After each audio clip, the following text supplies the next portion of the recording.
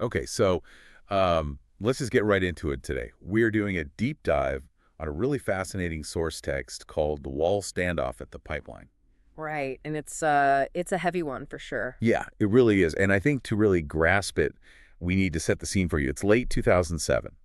And the geopolitical narrative, like what you're seeing on every news channel at the time, is that the war in Iraq is winding down. Right, President Bush had already announced the end of the war, basically. Exactly. The major combat operations are technically over.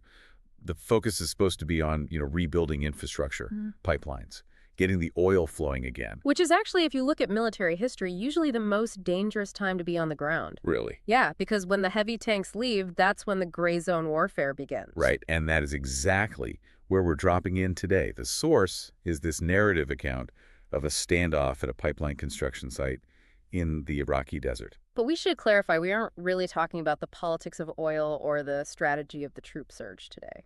No, not at all. Our mission for this deep dive is to analyze the psychology of the sniper. We want to look at the fatal cost of impatience and the very specific beats of this standoff between American soldiers and an unseen enemy. It's essentially a study in what we call the vigilance decrement. The vigilance decrement, what does that mean exactly? Well, it means you can only maintain high-level focus for so long before your brain starts to trick itself. And in this specific case, that psychological erosion is just as deadly as the enemy. Wow. Okay, so let's set the stage for you. There's an American company building a pipeline. Vital infrastructure, right? But the project is just plagued. Workers are getting picked off, guards are dying. It's not a massive coordinated assault, it's a slow bleed. Yeah, which is almost worse. It's a nightmare for security. I mean, if a truck bomb hits, you know what happened. But if one guy drops dead from a single shot every 3 days, that's pure terror. It shuts down operations entirely through fear. So the military sends in a specialized asset to clear the threat. Enter Sergeant Matthews and Sergeant Isaac. A sniper team. Right. Matthews is the shooter. He's the guy on the gun. And Isaac is the spotter. He's the eyes. Their assignment is highly specific. Get eyes on the construction site, find the shooter who is harassing the workers, and eliminate him. Which sounds simple on paper, but... Simple is a loaded word in this environment. They aren't just patrolling, they are hunting a hunter. And the text really highlights the physical reality of this immediately. They are set up in a hide position among some rocks, just overlooking the pipeline. It's 110 degrees out there. The scorching sun is basically a physical weight pressing down on them. And they've been waiting there for 20 hours, continuous. 20 hours. I just want to pause on that because it's easy to gloss over. Yeah. 20 hours without moving. It's excruciating. Mm-hmm. Physically, your muscles begin to cramp and atrophy. But visually, that's where the real problem starts. Because of the heat. Exactly. In that kind of heat, you get atmospheric refraction, mirage. The air shimmers and objects distort. After 20 hours of staring through a scope or binoculars at a desert landscape, your brain just starts inventing movement. Or, I guess worse, it starts ignoring real movement because you're so desperate for a break. Precisely. Which brings us to the core conflict of this story. Right. So you'd think these two highly trained soldiers would be on the same page, but they're actually drifting apart. Matthews the sniper is just done. His patience has completely worn thin. He's looking at the construction site, which, by the way, is littered with the dead bodies of American soldiers and workers, and he's convinced the enemy has left. This is a classic case of confirmation bias fueled by pure exhaustion. Matthews wants to leave. He wants the mission to be over. So he interprets the lack of movement as safety. Right. He tells Isaac, look, if they were a group and they were here, we would have seen them by now. He thinks it's just an empty graveyard. Which sounds completely logical on the surface, right? If you stare at a spot for a day and nothing happens, you assume nothing is there. In civilian life, yes. But in counter-sniper operations, silence doesn't mean safety. Silence means discipline. And this is where Isaac the spotter really proves his worth. He disagrees with Matthews entirely. Because he's looking at the forensic evidence down in the kill zone. Right, he's looking at the bodies of the victims. And he notices a pattern. It's not just that they are dead, it's how they died. Headshots, every single one. That is such a chilling detail. We aren't talking about center mass shots here. No, and center mass is standard military training. You aim for the biggest part of the target. But these are all cranial hits. Exactly.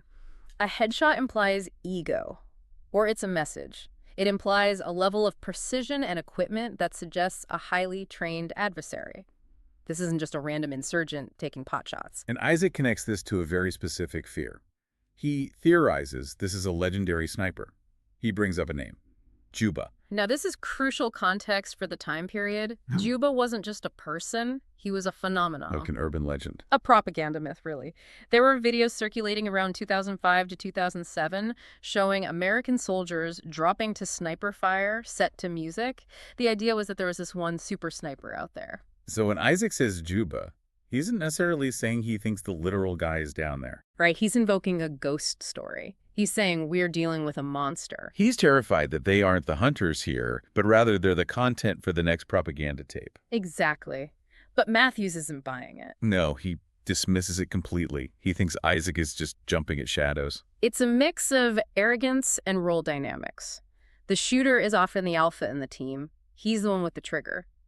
But there's also a deeply technical reason for their disconnect. The equipment issue. Yes, Isaac isn't seeing clearly. His scope is damaged, right? Ah. Which is so frustrating to read about because he's the spotter. His entire job is to see. The lens is cracked, it's compromised, and the wild part is this isn't a supply chain issue. This is self-inflicted. Right, because Matthews actually told him to replace it.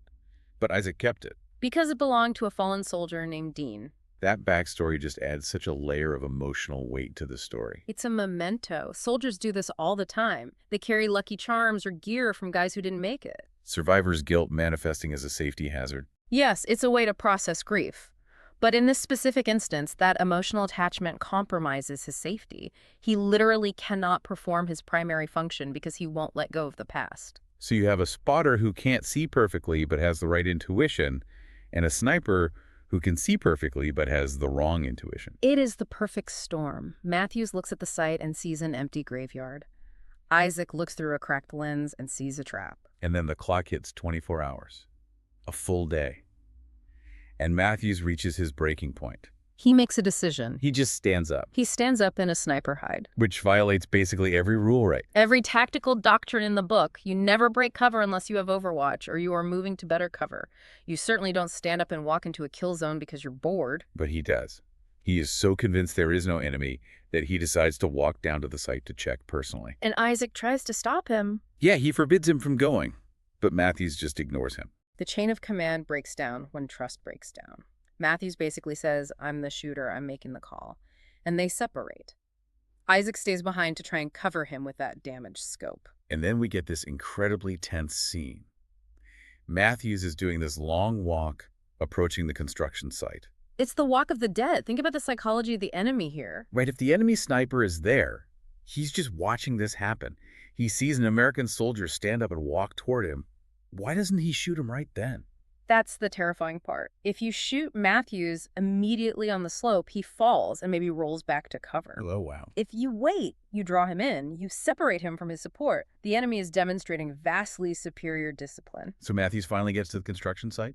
He's walking among the bodies of the American soldiers and workers. And he finds a radio near a dead soldier. As he moves forward, examining the bodies, he has this horrible realization. He finally sees what Isaac saw. Every single person was killed by a precise headshot.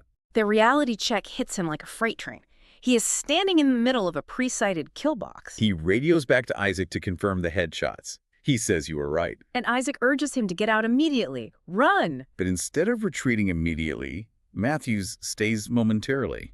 He tries to spot the shooter. The curiosity instinct. Yeah. He wants to put a face to the threat. And he lingers for just a few seconds too long. And crack. The shot hits him. He's struck by a bullet and falls. The silence is just shattered. Now the dynamic instantly shifts from surveillance to a frantic rescue operation. Isaac hears that Matthews has been shot.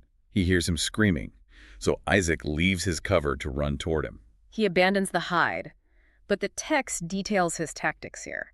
He runs in a zigzag position to throw off the sniper's aim. Zigzagging. We see that in movies all the time. Does it actually work? It increases the difficulty for the shooter, sure. They have to constantly adjust their windage and lead.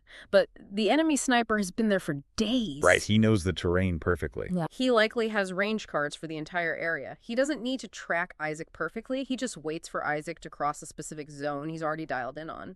So despite the zigzagging, the sniper connects. Isaac reaches Matthews, but he is shot in the leg during the rescue attempt. Total catastrophe. Both men are now down. And notice the tactic.